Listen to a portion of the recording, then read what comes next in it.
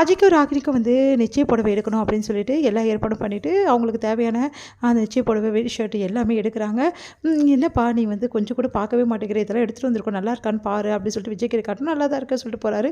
என்ன விஜய் இது, நல்லா பார்த்து சொல்லு, தம்பிக்கு இதெல்லாம் செட் ஆகுமா அப்படின்னு சொல்லிட்டு அவனுக்கு வந்து எது செட் ஆகும்னு அவனுக்கு தானே தெரியும் சித்தி அப்படின்னு சொல்லிட்டு கேட்குறாங்க நம்ம விஜய். அடுத்து வந்து காவேரி உனக்கு பிடிச்சிருக்காமா எல்லாமே, நல்லா இருக்குது அப்படின்னு சொல்லிட்டு காவேரியும் சொல்கிறாங்க. நீங்கள் 2 பேரும் பட்டும் படாமல் இருக்கிறது எனக்கு கஷ்டமாக இருக்குன்னு அவங்க சித்தி வந்து சொல்கிறாங்க. விடுங்க சித்தி, எதுவாக இருந்தாலும் பார்த்துக்கலாம் அப்படின்னு சொல்லிட்டு விஜய் வந்து சொல்லிட்டு போகிறாரு. அவங்களுக்கு எப்படியா இருந்தால் நம்மளுக்கு என்ன வந்தது, அவங்களுக்கு நல்லா இருந்தாலும் நல்லா இல்லை, நம்மளுக்கு நல்லா இருக்கா அது போதும் அப்படின்னு சொல்லிட்டு அன்பரசு சொல்கிறாரு. ஏங்க இப்படி பண்ணுறீங்க அப்படின்றாங்க அவங்க. அடுத்து வந்து சரி நிச்சயத்துக்கு தேவையானது எல்லாம் ஏற்பாடு பண்ணியாச்சு, நாளைக்கு காலையில் வந்து எல்லாருமே கிளம்பிடணும் அப்படின்னு சொல்லிட்டு சொல்கிறாங்க. சரின்னு சொல்லிட்டு எல்லாமே போகலாம் அப்படின்னு சொல்லி சொன்னால், சரி காவிரி வீட்டில் சொல்லிட்டீங்கல்ல அவங்களும் வருவாங்கல்ல அப்படின்னோடனே, நாங்கள் சொல்லிட்டு வந்தோம் போயிட்டு, அவங்க வந்து வருவாங்களோ வரமாட்டாங்களோ தெரியல அப்படின்னு சொல்லி சொல்கிறாங்க. சரி ஓகே பார்க்கலாம் அப்படின்னு சொல்லிட்டு அவங்க சித்தி வந்து சொல்லிட்டு இருக்காங்க. அடுத்து வந்து இங்கே என்ன பண்ணுறாங்க, விஜய் வந்து ரொம்ப வேலை செஞ்சுட்ருக்காரு. அப்போ கரெக்டாக காவேரி வந்து ஏங்க இது நிச்சயம் நிற்கிறதுக்கு வழியே இல்லையா அப்படின்னு சொல்லிட்டு கேட்குறாங்க. ஏன் அப்போலாம் சொல்கிற, நடந்துன்னு போது அவங்களுக்கு விருப்பம் இருக்குது, அவங்க செய்கிறாங்க, இதில் உனக்கு என்ன காவேரி பிரச்சனை அப்படின்னோடனே, நான் ஆல்ரெடி சொல்லிட்டேன் காவேரி, இந்த விஷயத்தில் நீ தலையிடாதுன்னு சொல்லிட்டு, எதுவாக இருந்தாலும் நான் பார்த்துக்கிறேன், நீ கவலைப்படாத.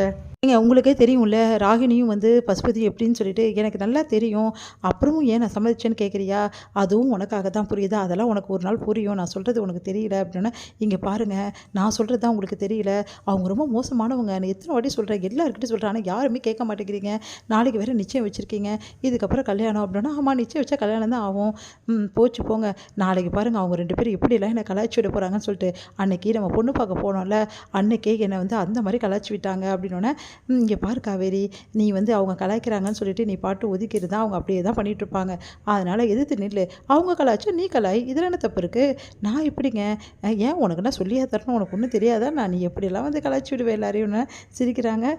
இங்கே பாருங்கள், நான் வந்து ஏதாவது சொல்ல போய் ஏதாவது பிரச்சனை வந்துருச்சுன்னா அதெல்லாம் ஒன்றும் வராது, நான் பார்த்துக்கிறேன் புரியுதா, நீ எவ்வளோ வந்து அவங்கள வந்து கலாய்ச்சி விடணுமோ எவ்வளோ பண்ணணுமோ அவ்வளவும் பண்ணு, எங்கள் சித்தப்பாலாம் வந்தாருன்னா நான் பார்த்துக்கிறேன் கவலைப்படாதேன்னொன்னே, சரி அப்படின்னு சொல்கிறாங்க.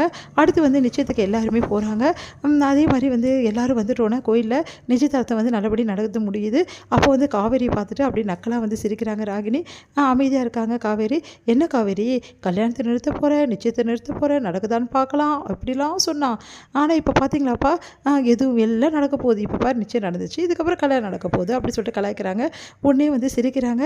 என்ன சிரிக்கிற அப்படி சொன்னோன்னே, வேறு என்ன பண்ணுறது ஒன்று நினச்சி, நீ வந்து எங்கள் வீட்டுக்கு வந்து நான் பயந்துருவேன்னு நினச்சி தானே இவ்வளவும் நீ பண்ணிகிட்ருக்க, இங்கே பாரு நீ வந்தாலும் சரி வரலனாலும் சரி இதை பற்றி எனக்கு எந்த கவலையும் கிடையாது புரியுதா, இந்த நிச்சயதார்த்தம் நடந்தது, கல்யாணம் நடக்குது, அதெல்லாம் எனக்கு தேவையே கிடையாது, நீ யாரையாவது கல்யாணம் பண்ணி எப்படியாவது போய் என் வீட்டுக்கு வந்தோடனே என்ன வந்து மிரட்டலாம், என்ன வேணாலும் செய்யலாம் நினைக்கிறியா, அதெல்லாம் உன்னால் ஒன்றுமே பண்ண முடியாது புரியுதா, பார்க்கலாம் யாரால் என்ன பண்ண முடியுதுன்னு சொல்லிட்டு பார்க்க தானே போகிற, எங்கள் வீட்டுக்கு தானே வரப்போகிற, அங்கே இருக்கு உனக்கு கச்சேரி, அங்கே வந்தால் உனக்கே தெரியும் யார் யார் எப்படி இப்படின்னு சொல்லிட்டு, நீ நினச்சிட்டு இருக்கியா அஜயும் அவங்க அப்பாவும் ரொம்ப நல்லவங்கன்னு சொல்லிட்டு, அவங்க எப்படிப்பட்டவங்க, அப்புறம் நீ எப்படிப்பட்டவ அப்படின்னு சொல்லிட்டு அவங்களும் புரிஞ்சுப்பாங்க, அவங்க எப்படிப்பட்டவன்னு நீயும் புரிஞ்சுப்ப, நீங்கள் எப்படி வாழ போகிறீங்க, எப்படி வந்து சண்டை போட்டு அடிச்சுக்க போகிறீங்கன்னு நாங்கள் தானே பார்க்க போகிறோம் அப்படி சொன்னோன்னே, என்ன காவேரி என்ன பிரச்சனை அப்படின்னு சொல்லிட்டு விஜய் வராரு. இல்லை விஜய், இவங்கெல்லாம் நினச்சிட்டு இருக்காங்க அங்கே வந்து என்னை கொடுமைப்படுத்துவாங்களாம், பழி வாங்க தான் அந்த அம்மா வந்து மருமகளாக நம்ம வீட்டுக்கே வராங்களாம், ஓ அப்படியா, சரி சரி நான் ரொம்ப பயந்துட்டோம் நம்ம 2 பேரும் அப்படின்னு சொல்லிட்டேன் பேசாமல் அப்படின்னோடனே, அதை தாங்க சொல்லிட்டுருக்கேன் அப்படின்றாங்க. உடனே இதெல்லாம் பார்க்குற ராகினிக்கு அவங்க 2 பேரும் சிரிக்கிறது கிண்டல் அடிக்கிறது பார்த்துட்டு செம்மையாக டென்ஷன் ஆகிடுறாங்க. இதோட முடியுது.